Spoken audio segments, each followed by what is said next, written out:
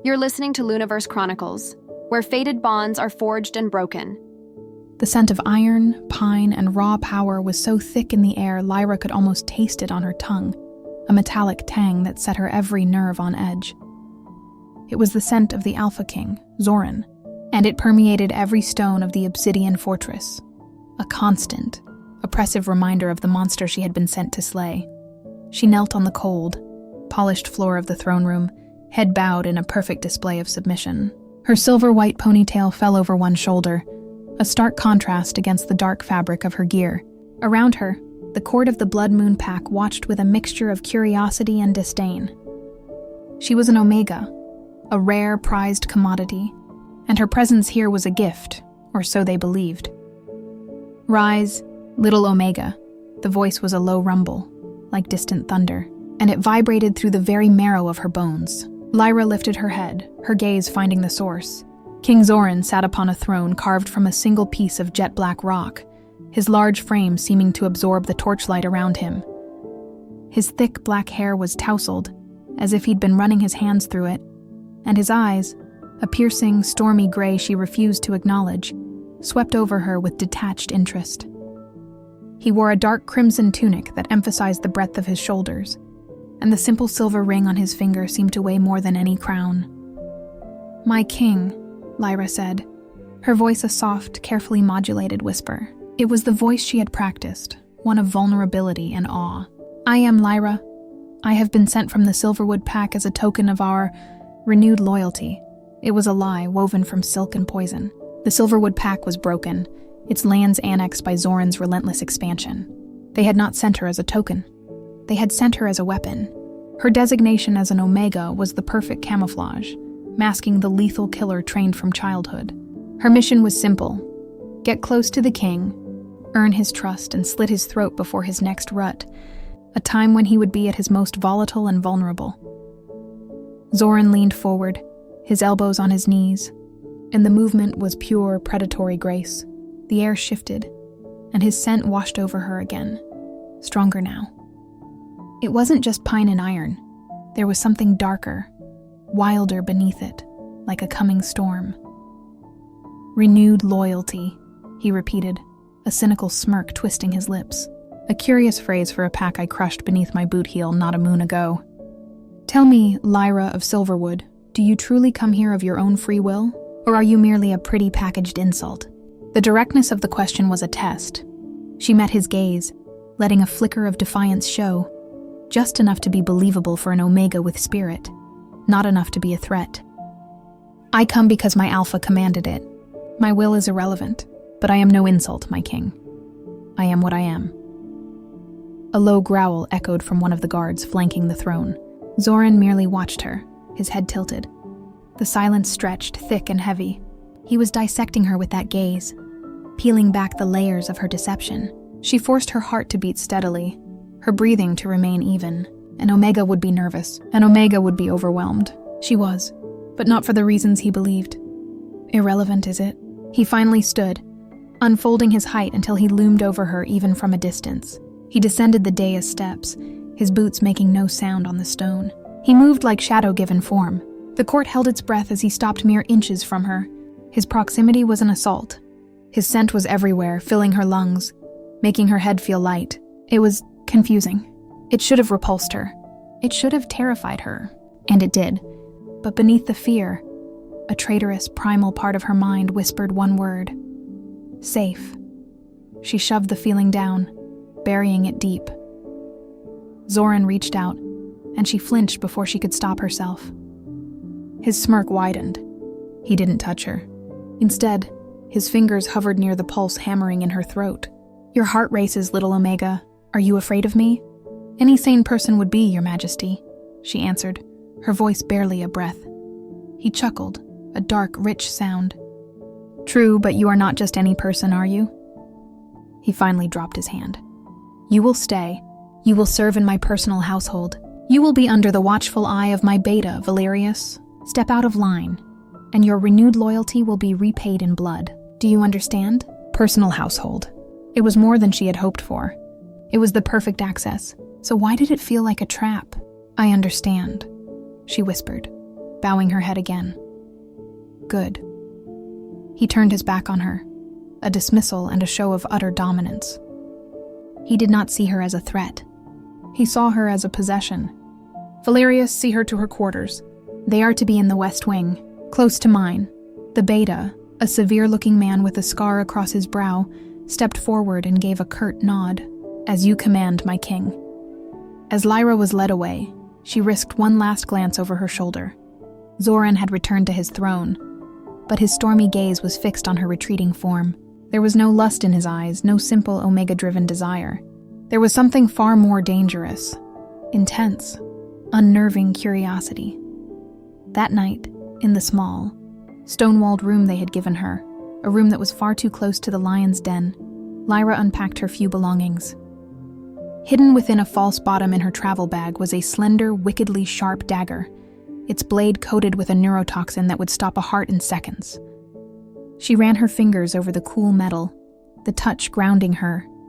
Get close, earn trust, kill the king. The mission was clear, but as she lay in the narrow bed, the intoxicating, oppressive scent of pine and storm filling the room even here, the mantra began to feel distant. His scent was on the very air, a constant presence. It coiled in her stomach, a strange, warm feeling that warred with her icy resolve. She had been sent to kill the Alpha King. But as sleep finally claimed her dreams were not of blood and vengeance. They were of a dark, rumbling voice and the unsettling feeling of being home. The following week was a masterclass in psychological warfare disguised as domestic service. Lyra's new role in the king's personal household was, in practice, a gilded cage with her as the sole, skittish occupant. Her duties were menial, organizing scrolls in the royal library, ensuring the fire in his private study never died, tasting his wine before it was poured. Each task was a test, a way for Zorran to demonstrate his absolute control and for her to practice the art of subservience without breaking. Her quarters in the West Wing were luxurious compared to the barracks she was accustomed to, but they felt more like a prison. The problem was the scent. Zorran's signature aroma of pine, iron, and storm was strongest here, seeping through the very stone. It was a constant, maddening presence that disrupted her sleep and frayed her nerves. It didn't repulse her. It called to something deep and dormant within her, a siren song she was trained to ignore. It was in the library that the true games began. She was dusting the high shelves when he entered, his presence announced by the shift in the air and the sudden tightening of her skin.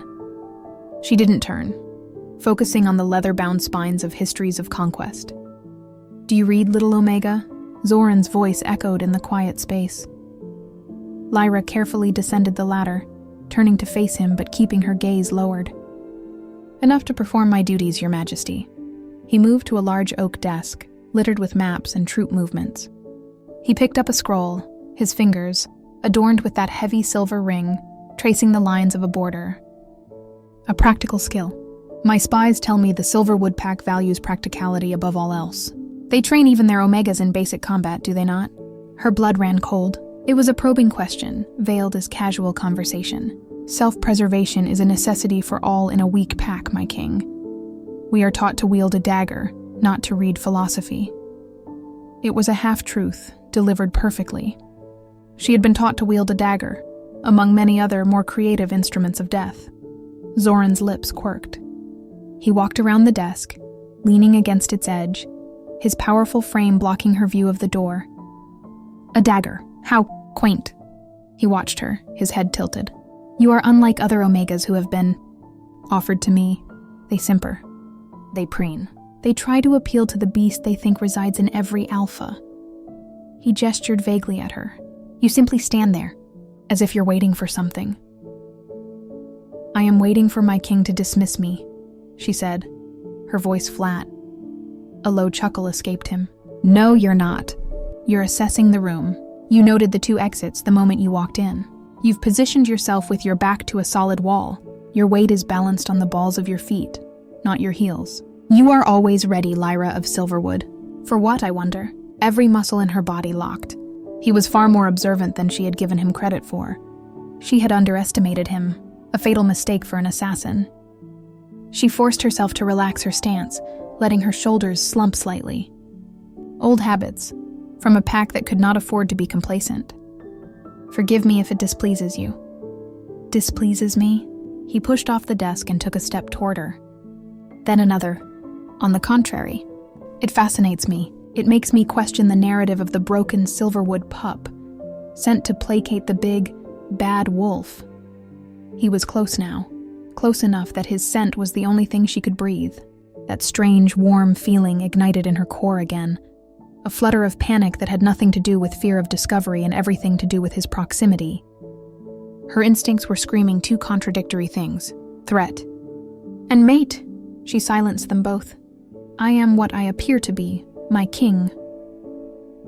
"I doubt that very much."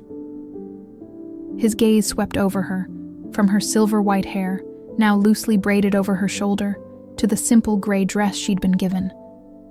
"You wear submission like an ill-fitting cloak. It doesn't suit you." Before she could formulate a response, the heavy library doors swung open. Valerius the Beta entered, his expression grim. "My king, the emissaries from the Iron Fang Pack have arrived. They are insistent." Zorran's demeanor shifted instantly.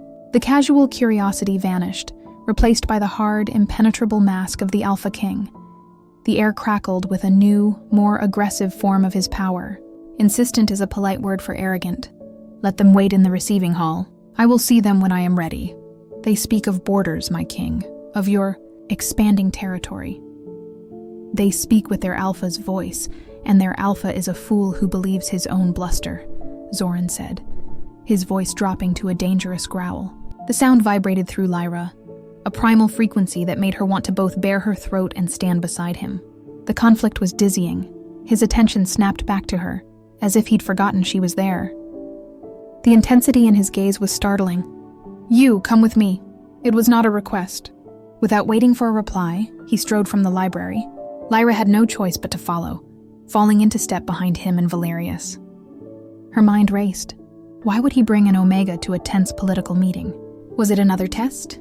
A display of power, to show his enemies that he kept such a rare prize in his inner circle? The receiving hall was vast, with vaulted ceilings and banners depicting the blood moon. 3 large, rough-looking alphas stood in the center, their sense of wet earth and aggression clashing violently with Zorran's. They smelled of challenge. The lead emissary, a brute with a shaved head, stepped forward. "King Zorran, we come on behalf of Alpha Goran. He demands you pull your patrols back from the Serpent's Pass. It is our land." Zorran didn't even look at the man. He walked slowly to his throne-like chair at the head of the hall and sat, the picture of indolent power. He gestured for Lyra to stand to the right of his chair. She did, feeling the weight of every gaze in the room upon her. "Goran demands," Zorran finally said, his voice deceptively soft. "He is in no position to demand anything. The Serpent's Pass is mine by right of conquest. Your pack failed to hold it." The emissary's eyes flickered to Lyra, a leer touching his lips. "I see you found new distractions to occupy your time. Perhaps that is why your judgment wanes." The insult hung in the air. Lyra felt a spike of anger, not for herself, but for the blatant disrespect toward the throne.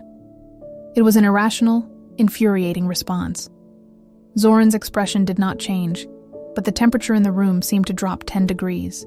The pressure of his aura intensified, a physical weight that made the emissaries shift uncomfortably. "You will watch your tongue in my hall," he said, each word dripping with icy venom. "And you will take a message back to your alpha. The pass is mine. If he wishes to contest it, he is welcome to try and take it from me, but he will not like the price." The lead emissary, emboldened by pride or stupidity, took another step forward, his hand resting on the hilt of his sword. "You overestimate your strength, Blood Moon King." It was the wrong move. In a movement too fast for Lyra's eyes to fully track, Zorran was no longer seated. He crossed the space between them in a blur. There was no roar, no dramatic shift. There was only efficient, terrifying violence. He grabbed the emissary's wrist, the one on the sword, and twisted. The crack of bone was sickeningly loud. In the same motion, his other hand clamped around the man's throat, lifting him off the ground. The other 2 emissaries froze, their faces pale. Zorran's voice was a whisper that carried to every corner of the hall. "I have shown you courtesy by allowing you to leave with your lives. That courtesy has ended. Valerius, escort these." Guests, to our border. If they set foot in my territory again, kill them." He dropped the choking, gasping Alpha onto the floor. The man scrambled back, clutching his broken wrist, all arrogance gone, replaced by pure animal terror. As Valerius and the guards saw the emissaries out, Zorran turned and walked back to his throne. He didn't look at Lyra as he passed, but his scent was a raging tempest of fury and dominance. It should have terrified her. It did terrify her. But as she stood there, her heart hammering against her ribs, she realized the truth. When that emissary had leered at her, she hadn't felt afraid. She had felt protected. And when Zorran had moved, a feral, breathtaking display of alpha power, a part of her she didn't recognize had sung with approval. She was in far more danger than she had ever imagined. The threat wasn't just from him, it was from within herself.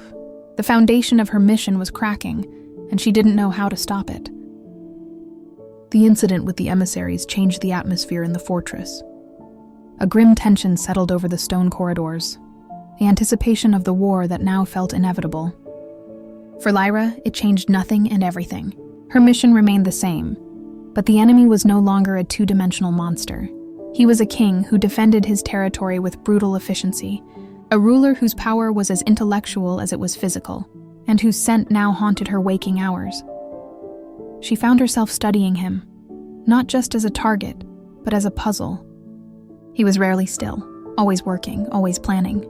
She saw the weight of the crown in the slight tightening of his jaw during council meetings, the flicker of impatience when a general suggested a conservative strategy. He was a predator being asked to reason with sheep, and it was slowly driving him mad. It was this restless energy that led her to the inner courtyard late one night, a week after the emissaries were expelled. Sleep was a futile endeavor when her senses were saturated with him. The cool night air, scented with night-blooming jasmine and damp earth, was a small relief. She moved through the shadows with the silence that was second nature, her body craving the familiar rhythm of a training regimen. The private training yard was empty, lit only by a few guttering torches. Perfect. She retrieved a set of practice daggers, blunt, weighted replicas, from a rack and began the fluid, deadly dance of her combat forms. It was a meditation, / parry, pivot, thrust. Each movement was precise, a lethal ballet meant to end lives, not entertain. For a few precious minutes, she was not Lyra the pretending Omega. She was Lyra the blade, the weapon of Silverwood. The focus cleared her mind, pushing back the confusing static of Zorran's influence.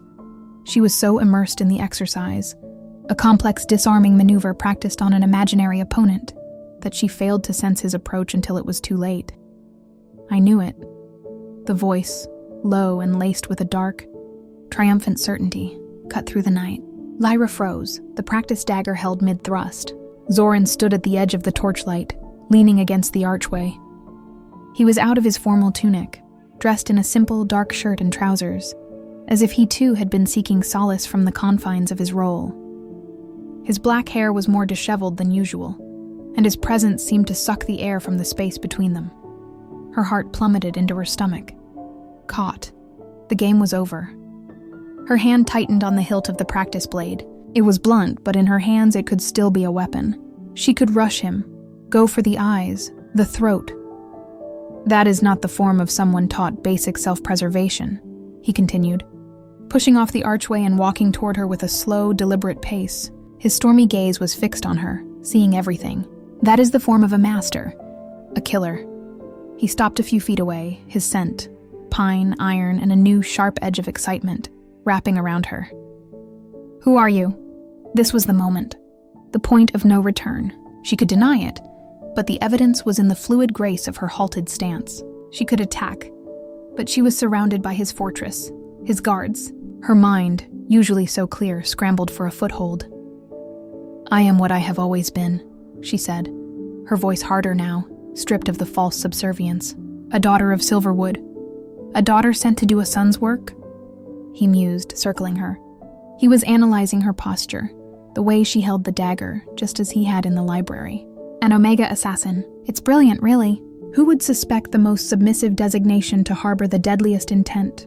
He let out a short, humorless laugh. My council would have me drown in Omegas seeking favor, and yours sends one to slit my throat. The irony is almost poetic, he knew. He knew everything. And yet he wasn't calling the guards. He wasn't attacking, he was curious. Why haven't you killed me yet? The question left her lips before she could stop it. Zorran halted his circling, standing directly before her. The torchlight flickered across the sharp planes of his face. A fair question. He reached out, and this time he did not hover. His fingers, calloused and strong, wrapped around her wrist, the one holding the practice dagger. A jolt, like a spark of lightning, shot up her arm. She gasped, trying to pull back, but his grip was like iron. I haven't killed you, he said, his voice dropping to an intimate, dangerous murmur. Because you are the most interesting thing to happen in this stone prison in a decade. Because the scent of you, he leaned in closer, inhaling near her temple, and a shiver racked her entire body. It doesn't smell like a lie. Not entirely. He was close, so close she could feel the heat radiating from him. The world had narrowed to this circle of torchlight, to his hand on her wrist, to his scent filling her lungs. The primal part of her brain, the Omega core she had spent a lifetime suppressing, was screaming in a frenzy. Mate! Alpha! Claim! Let go of me, she demanded. But her voice was breathy, lacking conviction. Or what? He challenged, his thumb stroking the sensitive skin of her inner wrist. The simple touch was agony and ecstasy. You'll show me more of your own skills? It was a taunt, a provocation. It was also the only path forward she had left. With a sharp twist and a shift of her weight, she broke his hold. She didn't retreat. Instead, she dropped into a ready stance, the practice dagger held in a reverse grip. If you wish to see them so badly, Your Majesty, then see them. A slow, predatory smile spread across his face. It was the most genuine expression she had ever seen on him, and it was terrifying. He picked up a practice sword from the rack. Finally, some honesty, he lunged. It wasn't a telegraphed practice yard move. It was a swift, powerful thrust meant to disable. Lyra parried, the impact of the blunt blades jarring her arm. She was faster, her movements smaller and more efficient. He was stronger, his attacks fueled by raw alpha power that she felt in her bones. They moved through the courtyard, a whirlwind of controlled violence. He tested her, pressing her defense with heavy, sweeping blows. She evaded and countered, her daggers seeking openings he left deliberately. It was a conversation more truthful than any they had ever had with words. He was a force of nature, relentless and powerful. She was a razor's edge, precise and deadly. He drove her back toward a wall, his practice sword coming down in a powerful arc. Instead of blocking, she dropped and swept her leg, aiming for his ankles. He anticipated it, leaping over her leg, but it gave her the space she needed to roll away and regain her footing. They stood panting, facing each other across the dusty yard. A thin sheen of sweat coated his brow. A wild, exhilarated light burned in his eyes. Lyra's heart was thundering, her blood singing with the adrenaline of the fight and his overwhelming proximity. Who sent you? He asked again, his voice a low growl. You know who? She countered, her chest heaving. Why now? Your rut is coming, she said, the words feeling like a confession. They said you would be vulnerable. He let out a sharp bark of laughter. Vulnerable? They are fools. A king's rut is when he is at his most dangerous.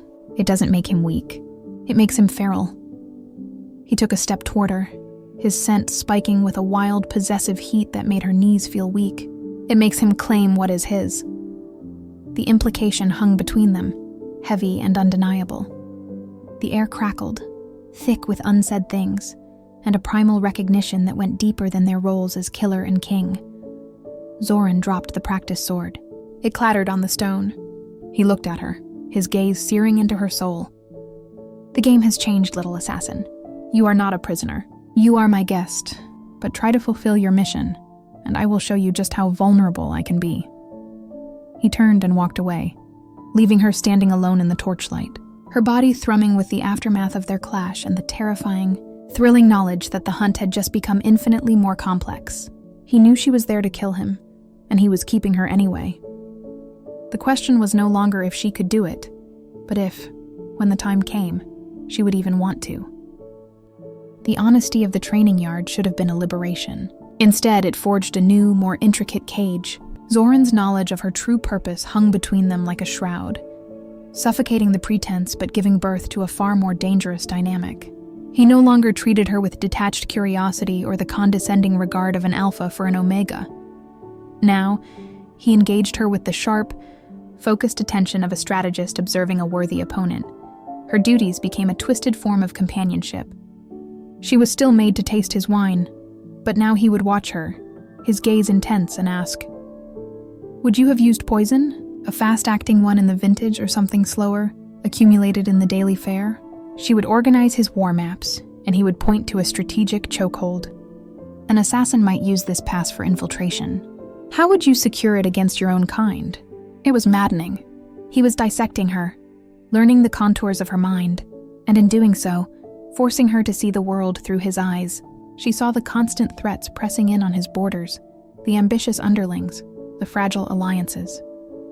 She saw the immense, lonely weight of the crown, and against her will, a sliver of understanding began to fracture her resolve. The worst was the proximity. With the threat of the Iron Fang Pack looming, Zorran was almost constantly in the war room or his study, and he insisted on her presence. "A different perspective is useful," was all he said, but the tension in the room was a physical entity.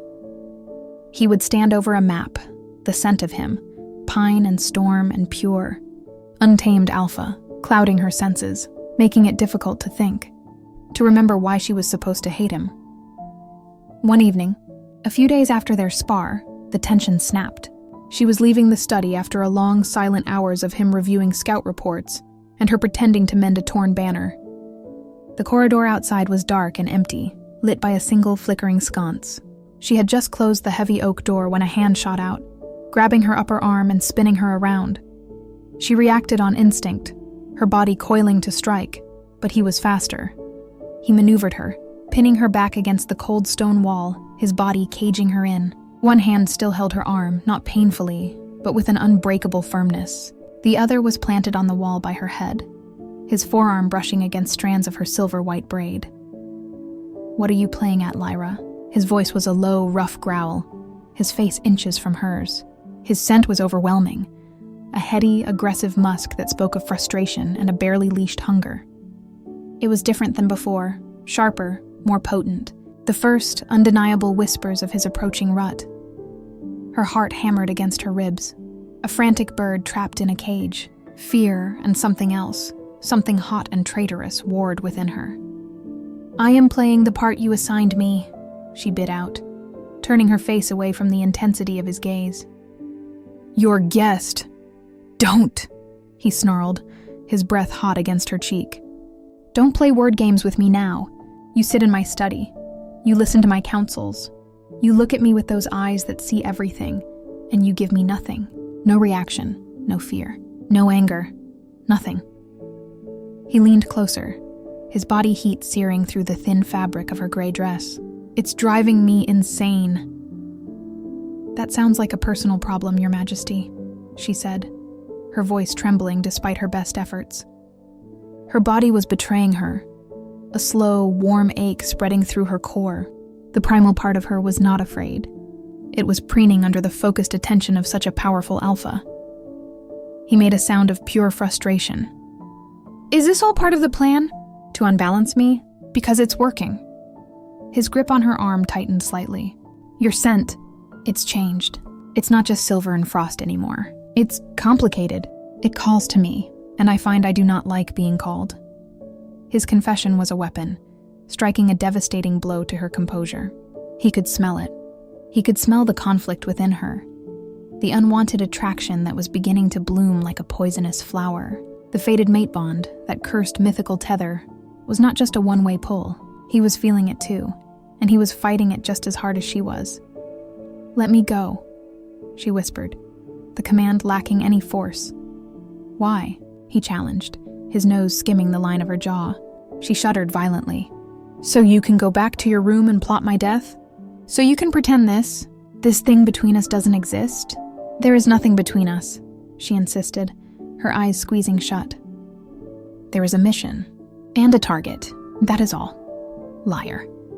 The word was a soft, damning caress. His head dipped, his lips hovering just above the sensitive skin where her neck met her shoulder. The mating gland, a place of profound vulnerability for an Omega.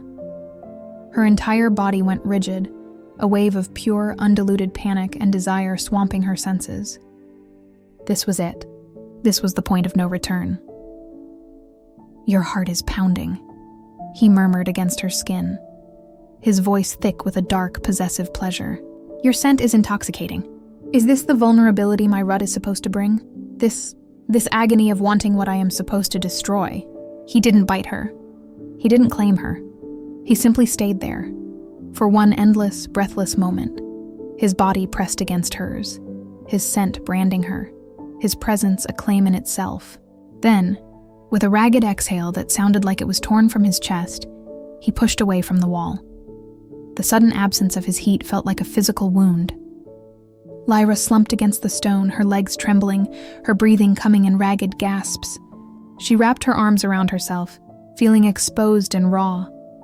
Zorran stood a few feet away, running a hand through his unruly black hair, his own chest rising and falling rapidly. The storm in his eyes was a maelstrom of conflict, lust, anger, and a deep, bewildered frustration. "Get out of my sight," he said, his voice hoarse. He didn't look at her. She didn't need to be told twice. Pushing off the wall, she fled down the corridor, the echo of his words and the ghost of his touch chasing her. She didn't stop until she was back in her room, the door bolted shut behind her. She slid to the floor, pressing her forehead against the cool wood. He was right. It was an agony. The pull was undeniable now, a physical, aching need that warred violently with a lifetime of training and loyalty. She had been sent to kill the Alpha King. But the Alpha King's rut was approaching, and with it, the terrifying revelation that the one he was destined to claim was the very assassin holding a blade to his throat. The mission was crumbling, and she was no longer sure who she was supposed to be saving, her pack or her own treacherous heart. The fortress became a pressure cooker. The looming threat of war with the Iron Fang pack was a tangible fog. But for Lyra, a more intimate, terrifying storm was brewing within its walls. Zorran's rut. The signs were no longer subtle whispers.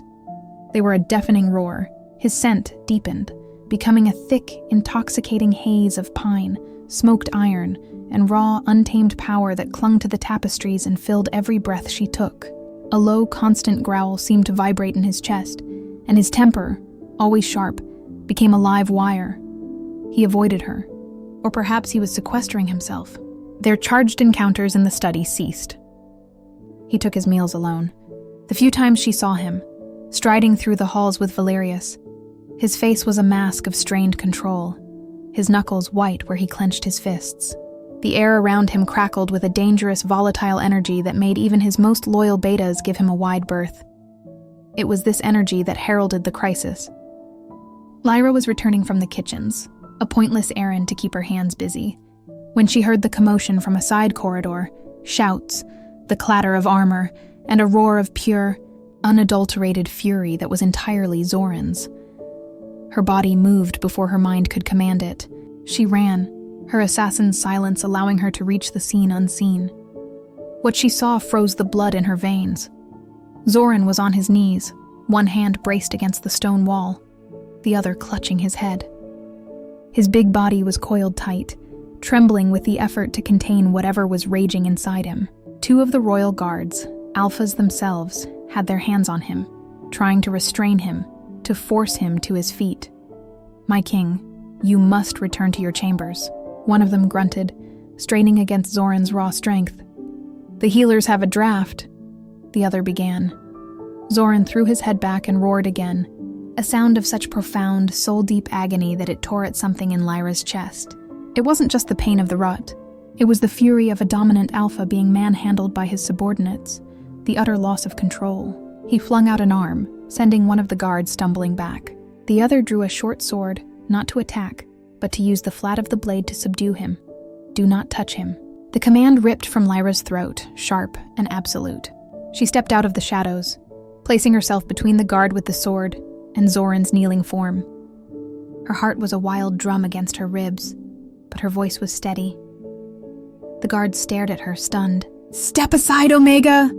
the one with the sword snarled, his own alpha instincts flaring at her challenge.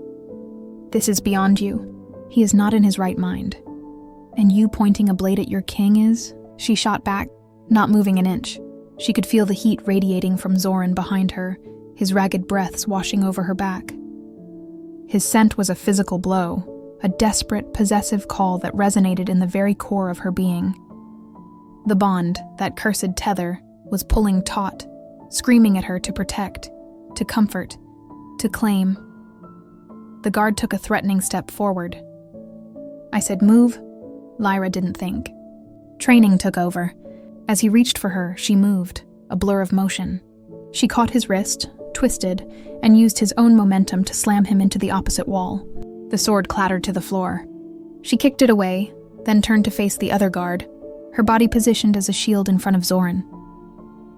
"The next one who lays a hand on him," she said, her voice low and deadly, "will lose it." The corridor fell into a stunned silence, broken only by Zorran's pained gasps. The guards looked from her fierce, protective stance to their king, who had gone still behind her. His trembling had lessened. His head was lifted, and his stormy gaze was fixed on her back, wide with a shock that cut through his rut-induced haze. He was seeing her. Truly seeing her.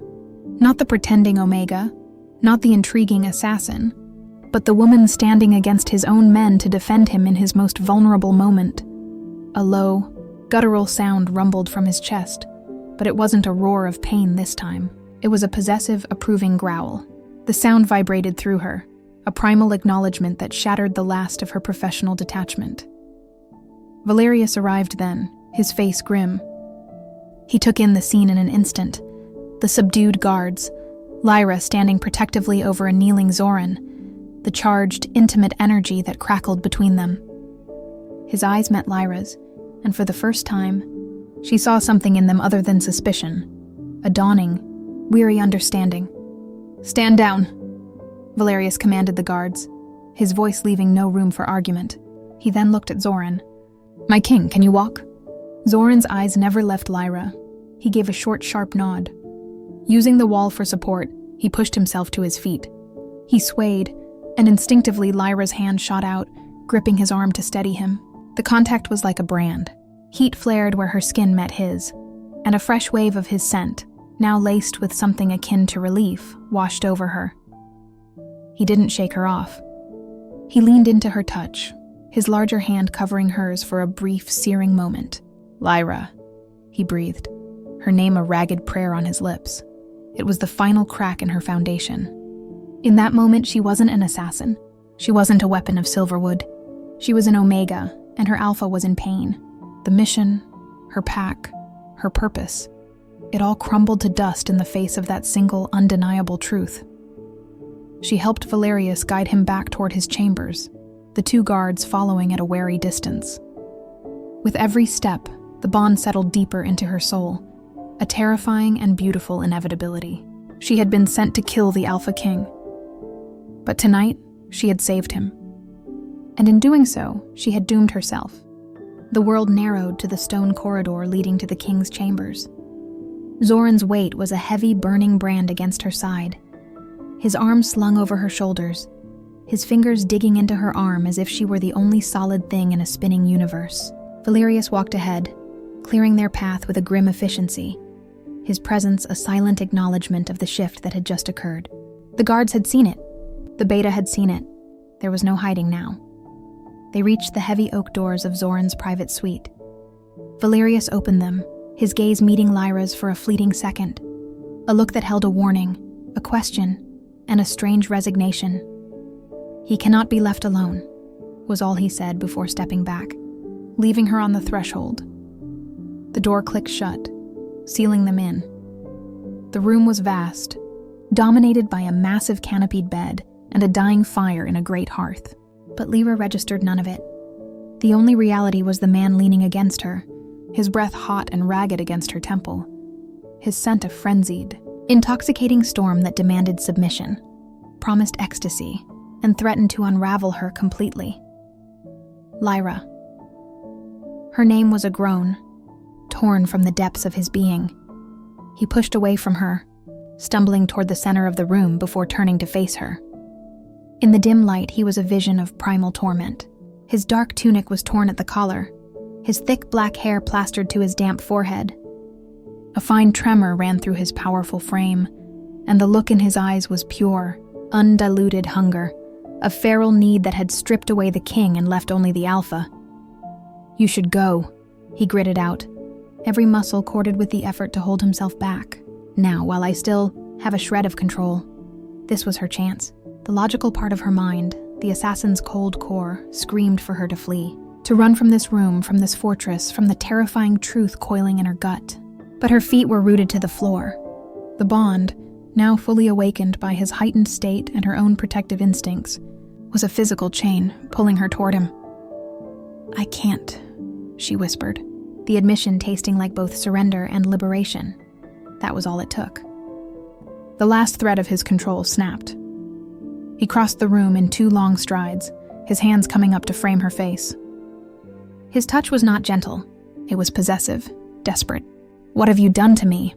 he demanded, his voice a raw, guttural rasp. "From the moment you knelt in my hall. This ache, this madness." He didn't wait for an answer. His mouth crashed down on hers. It wasn't a kiss of romance or tenderness. It was a claiming. A conquest. It was fire and lightning, a clash of wills and a fusion of souls. Lyra's hands flew to his chest, whether to push him away or pull him closer.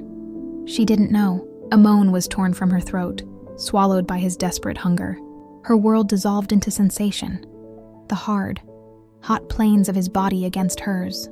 The taste of him, the overwhelming rightness of his scent filling her lungs. He broke the kiss, his breathing harsh, his forehead resting against hers. "Your scent," he panted, his nose tracing a burning path down her cheek to her jaw. "It's been driving me insane. Silver and frost, and something that is only for me." He maneuvered her, walking her backward, until her legs hit the edge of the massive bed. She fell onto the soft furs and he came down over her, caging her with his body. His eyes were wild, pupils blown wide with need and the rut's fever.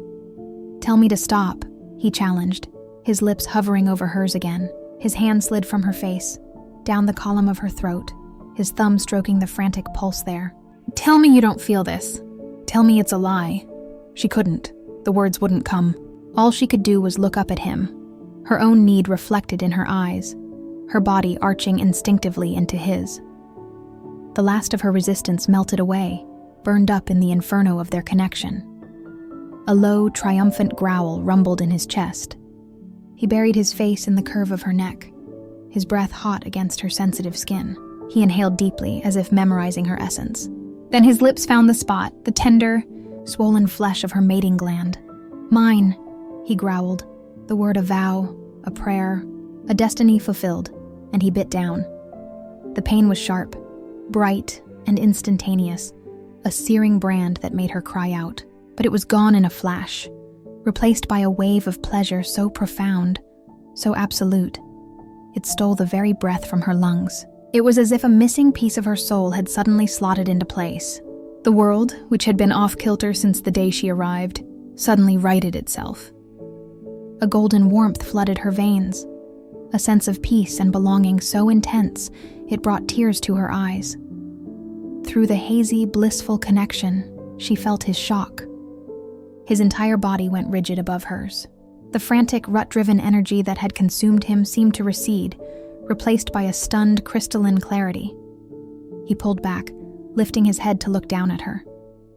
The feral hunger was gone from his eyes, replaced by a dawning, earth-shattering awe. He looked at the mark on her neck, then back at her face, his expression one of utter disbelief. "The bond," he breathed, his voice hushed, reverent. "It's calm. The rut. The pain is gone." He stared at her, as if seeing her for the very first time. "It was you. All along. The agitation. It was my wolf screaming for its other half. For you? The truth. The one the legends spoke of, settled over them. A rut could only be truly fully sated by an alpha's fated mate. The relief, the profound sense of completion, was proof that could not be falsified." Lyra reached up, her fingers trembling as they traced the fresh mark on her neck. It was done. The bond was sealed. She was irrevocably, eternally his. Zorran collapsed beside her, pulling her into his arms, tucking her against his side as if she were the most precious treasure. He buried his face in her silver-white hair, his breathing slowly evening out. The storm had passed, leaving in its wake a devastating, beautiful peace. Lyra lay in the circle of his arms, the warmth of his body seeping into hers. The assassin was gone. The weapon was sheathed. In her place was a woman, claimed and complete, bound by fate to the man she was sent to kill. The king she was now sworn to protect. The dawn broke, not with the shrill cry of alarm or the cold dread of a mission failed, but with a profound, unsettling silence. Lyra woke to the feeling of heavy warmth and the steady, strong rhythm of a heartbeat beneath her ear. Zorran's arm was draped possessively over her waist, his breathing deep and even. The frantic energy of his rut was gone, replaced by a contented, dominant stillness that should have felt like a cage, but instead felt like sanctuary. She carefully extricated herself, the silken sheets whispering as she slid from the bed. The bite on her neck throbbed with a dull, pleasant ache, a constant reminder of the bond now permanently etched into her skin and soul. She pulled on her discarded dress, its simple gray fabric feeling like a costume from another life. She needed air. She needed to think, away from the intoxicating cloud of his presence. Slipping out onto the private balcony adjacent to his chambers, she leaned against the cold stone railing. The blood moon territory sprawled before her, mist clinging to the pine valleys, the first rays of sun painting the sky in hues of rose and gold. It was a kingdom she had been taught to see as enemy land, built on conquest and tyranny. Now she saw its stark beauty. She saw the people beginning their day in the village below, safe under the protection of the king she had marked. The door behind her opened. She didn't need to turn to know it was him. His presence was a new, constant awareness in the back of her mind, a quiet hum of connection. "You're thinking too loudly." Zorran's voice was rough with sleep, but calm. He came to stand beside her, not touching her, but his proximity was a comfort. He was dressed in fresh trousers, his chest bare, the mark of their bond visible on his tanned skin. He followed her gaze out over the land. "It looks different, doesn't it? Once you know it's yours to protect." Her breath hitched. Hers. The word was a seismic shift in her reality.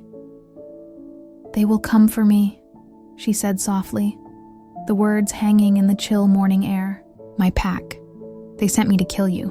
When I don't return with your head, they will assume I've failed, or worse, turned. They will send others. Let them come." There was no boast in his tone, only a simple, unshakable certainty.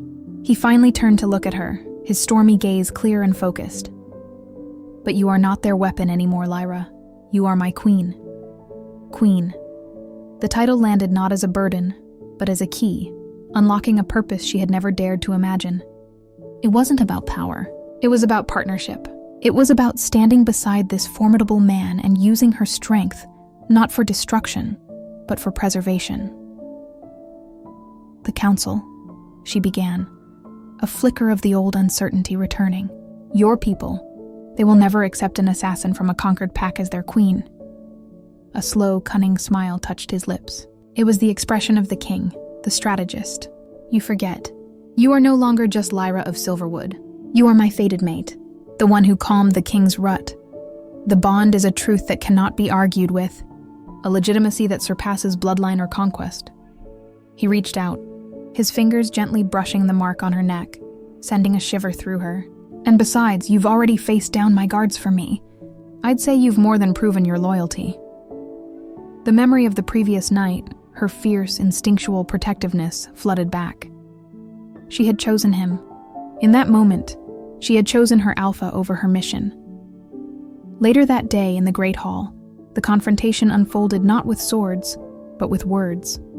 Zorran stood before his council, Lyra at his side, her back straight, her silver-white hair a banner of defiance. He did not hide the truth.